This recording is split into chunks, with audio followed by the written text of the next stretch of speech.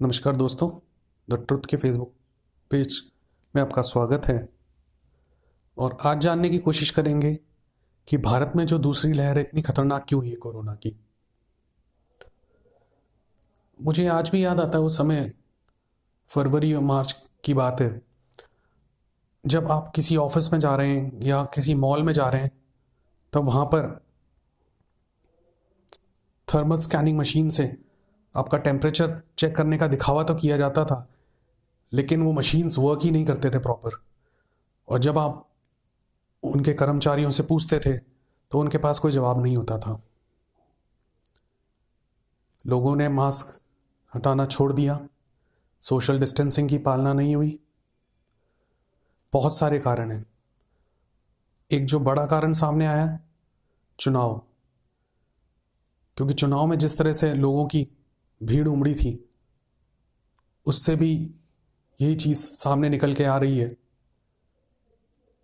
कि कोरोना का जो दूसरा लहर है, जो कोरोना की दूसरी लहर है, ये इसीलिए ज़्यादा बढ़ी है।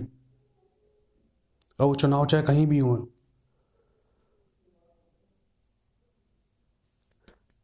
अब समझने की कोशिश ये करते हैं कि ये लहर, ये तो कारण थे ही कि ये जो लहर है ये इतनी खतरनाक हुई। उसके अलावा अगर विज्ञान की दृष्टिकोण से हम देखें तो ऐसे क्या कारण हैं जिससे लहर इतनी खतरनाक हुई। हालांकि मेरा ये फेसबुक लाइव करने का उद्देश्य आप लोगों को डराना या आपको और इसके बारे में भयभीत करना ऐसा कुछ भी नहीं है। केवल एक जानकारी देना चाह रहा हूँ विज्ञान के पॉइंट ऑफ व्यू से। देखिए, वायरस तो हिंदुस्तान में पहले भी था कोरोना का,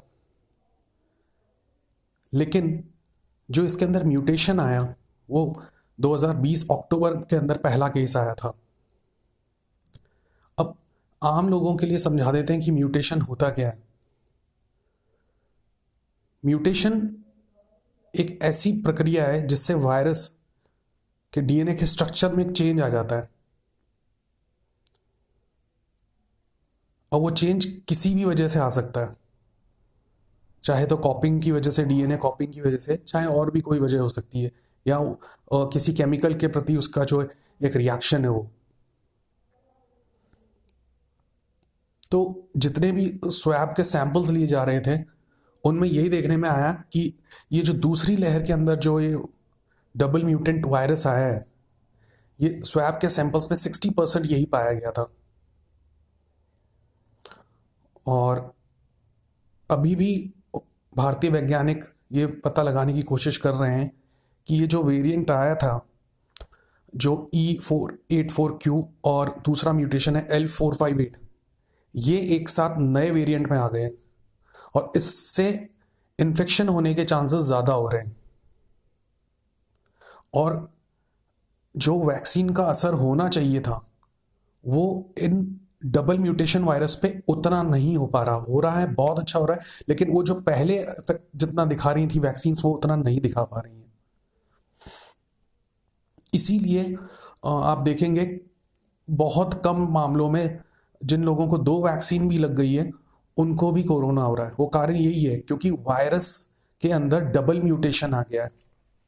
दिक्कत यहां आ रही है। अब इसका एक सबसे बड़ा कारण है भारत की बड़ी आबादी और उसका घनत्व। ये इसके 2 प्रमुख कारण हैं। और बार बार जितनी भी सरकारें हों, चाहे केंद्र हों चाहे राज्यों की सरकारें हों, यही कहना चाह रही हैं कि कैसे ना कैसे अगर एक बार इस चेन को तोड़ दिया जाएगा तो हो सकता है ये म्यूटेशंस जो हो रहे हैं वो इतने तेजी से ना हो और उसका हमें कोई ना कोई परमानेंट सोल्यूशन भी मिल जाए। अब म्यूटेशंस जो हो रहे हैं उसको तोड़ने के लिए वैज्ञानिक, जो जेनेटिक इंजीनियर्स होते हैं, वो उसको डीकोड करते हैं, उसके कोड को तोड़ने का काम करते हैं। तो कोशिश यही रहनी चाहिए कि social distancing, mask, double mask, single mask में डबल मास्क आप लगाएं। सैनिटाइजेशन, ये तो चलता ही रहेगा। साथ ही साथ हमारी रोग प्रतिरोधक जो क्षमता बढ़ाने की जो चीज़ें हैं, वो सिट्रस फ्रूट्स हो गए, वेजिटेबल्स हो गए, वो भी हमें ज़्यादा से ज़्यादा मात्रा में सेवन करने हैं। लेकिन इन सब के बावजूद भी ये जो वेरिएशन है वायरस के अंदर, जो म्यूटेशन है, जो वेरिएशन है, ये इतना ज़्यादा खतरनाक है कि कई लोगों में ये रोग प्रतिरोधक क्षमता इतनी हद तक तोड़ रहा है। इसीलिए ज़्यादातर मरीजों से जो हमने बातचीत करी थी, जो दूसरी वेव के चपेट में आए हैं, वो उनका कहना यही है कि इस कोरोना का होने के बाद में उनको बहुत ज़्यादा कमज़ोरी आ गई है। तो रोग प्रतिरोधक क्षमता को काफ़ी हद तक नष्ट करने में ये जो डबल म्यूटेंट वायरस है, ये बहुत ज़्यादा कारगर है। दूसरी चीज़ आपसे जो मैं कहना चाहूँ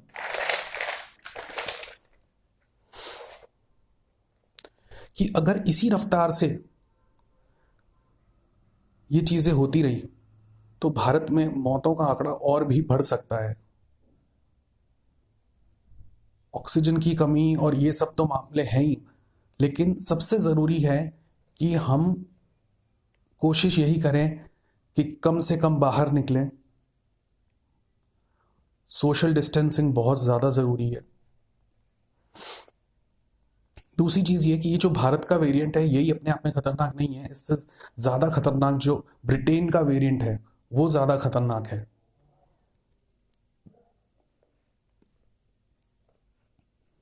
और आप देख ही रहे हैं कि किस प्रकार 15 अप्रैल के बाद से 2 लाख से भी अधिक, बल्कि पिछले 3 दिनों से तो 3 लाख के आसपास रोज संक्रमितों के मामले आ रहे हैं।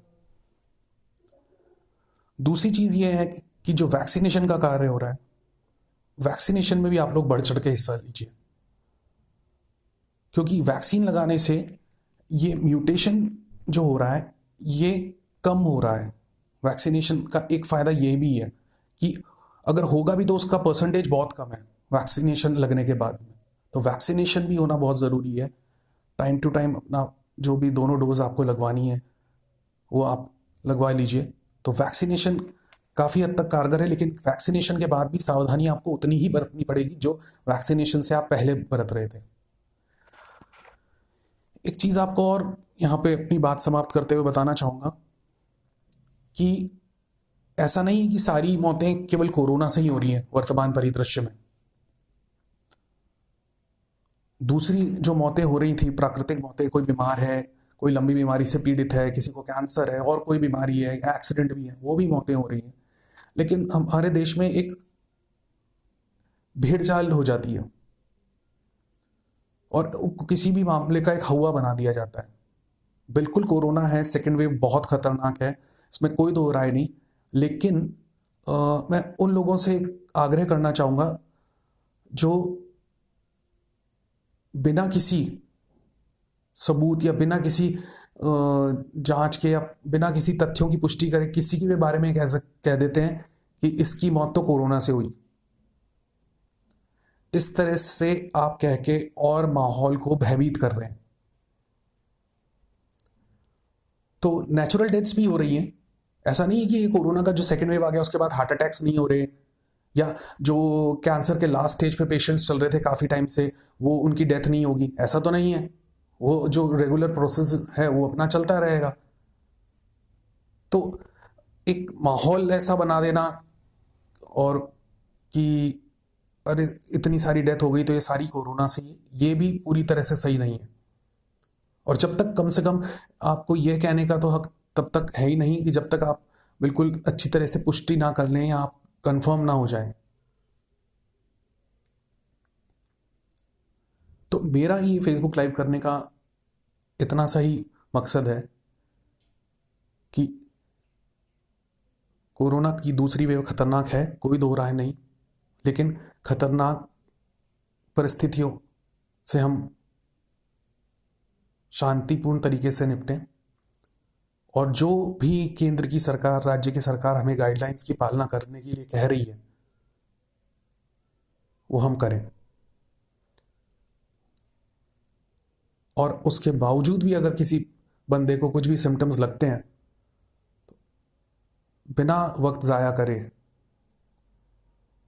या तो वीडियो से मेडिकल कंसल्टेशन ले लें वीडियो पर, या और दूसरे देखें, हॉस्पिटल जाना भी अवॉइड करें जब तक बहुत ज़्यादा ज़रूरी ना हो। उम्मीद करता हूँ कुछ जानकारी आपको ऐसी मिली होगी जो आपके काम की होगी। धन्यवाद।